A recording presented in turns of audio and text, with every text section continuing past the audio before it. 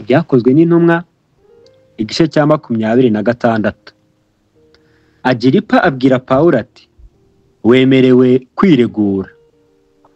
Maze Pawulo arambura ukuboko ariregura ati, ibyo narezwe n'abayuda byose, mwami Agiripa, ndishimye ko ari wowe ngiye kubyireguriraho, kandi cyane cyane kuko uzi imigenzo n'impaka byo mu bayuda byose.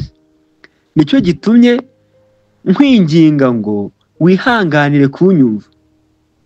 Ingeso zanjye uhereye mu buto bwanjye, ubwo nahoraga mu bwoko bwacu ni Yerusalemu, ihereye mbere na mbere, abayuda bose barazizi kandi baranzi uhereye mbere na mbere, ndetse bakwemera guhamya yuko nari umufarisayo wo mu gice yarushaga ibindi byo mu idini yacu gukomeza imihango.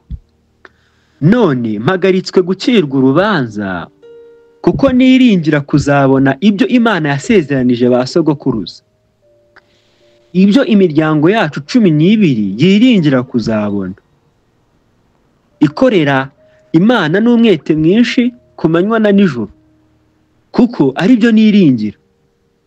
None mwami, nicyo gitumye ndegwa n'abayuda. Ni iki gituma mugira ngo ni ikintu kidashoboka kwemerwa ko Imana izura abapfuye? Ubwanjye nibwiraga yuko nkwiriye gukora byinshi birwanya izina rya Yesu w'i Nazareti. No kubikora nabikoreraga i Yerusalemu, ngashyira abera benshi mu mazu y'imbohe, mpawe ubutware n'abatambyi bakuru, kandi uko babicaga nemeraga ko babica. No mu masinagogi yose nabahanaga kenshi, nkabahata gutuka Yesu. Kandi kuko nasazwaga cyane no kubarakarira, nicyo cyanteraga kubarenganiriza no mu midugudu y'abanyamahanga. Ngikora ibyo njya i Damasiko, mpawe ubutware ntegetswe n'abatambyi bakuru. Nkigenda ku manywa y'ihangu, mwami, mbona umucyo uvuye mu ijuru urusha uw'izuba, unsangana n'abo tugendana. Twese twikubita hasi, numva ijwi rimbwira mu ruheburayo riti, Sawuli, Sawuli, undenganiriza iki? Biragukomereye gutera imigeri ku mihunda. Nanjye ndabaza nti, urinde mwami? Umwami aransubiza ati, ndi Yesu uwo urenganye.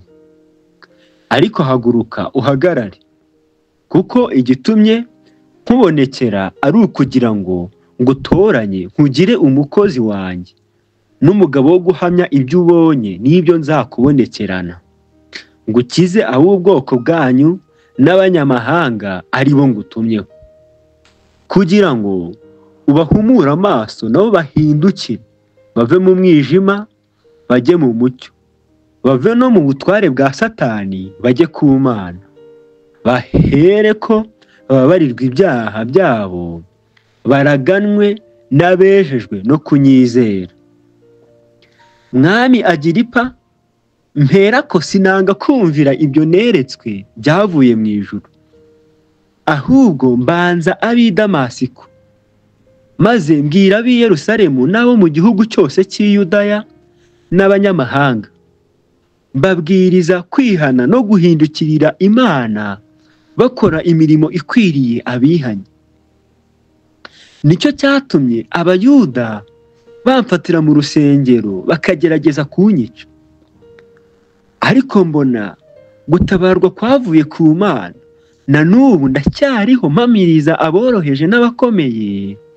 Icyakora ntacyo mvuga keretse iby'abahanuzi na Mose bavuze ko bizaba, yuko Kristo atazabura kubabazwa, kandi ko ari we uzabanza kuzuka no kubwira ubwoko bwacu n'abanyamahanga ubutumwa bw'umucyo.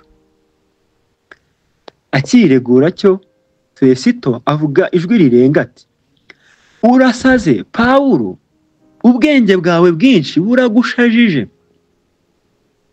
Pawulo aramusubiza ati, sinsaza nyakubahwa Fesito, ahubwo ayo magambo nyavuganye ukuri no kwitonda, ndetse n'umwami azi ibyo neza kandi ndabimubwira nshize amanga, kuko nzi ko ari ntacyo muri ibyo ayobewe, kuko bitakozwe rwihishwa. Mbese mwami Agiripa, wemeye ibyahanuwe? Nzi yuko ubyemeye. Agiripa asubiza Pawulo ati, ubuze hato ukanyemeza kuba umukristo. Pawulo ati, ndasaba Imana kugira ngo haba hato haba hanini, uretse wowe wenyine, ahubwo n'abanyumva uyu munsi bose bamera nkanjye, keretse iyi minyururu. Umwami ahagurukana n'umutegeka mukuru na Berenike nabo bari bicaranye, basohotse baravugana bati, ntacyo uyu muntu yakoze gikwiriye kumwicisha cyangwa kumubohesha. Agiripa abwira Fesito ati, uyu muntu aba arekuwe iyaba atajuririye kuri Kayisari.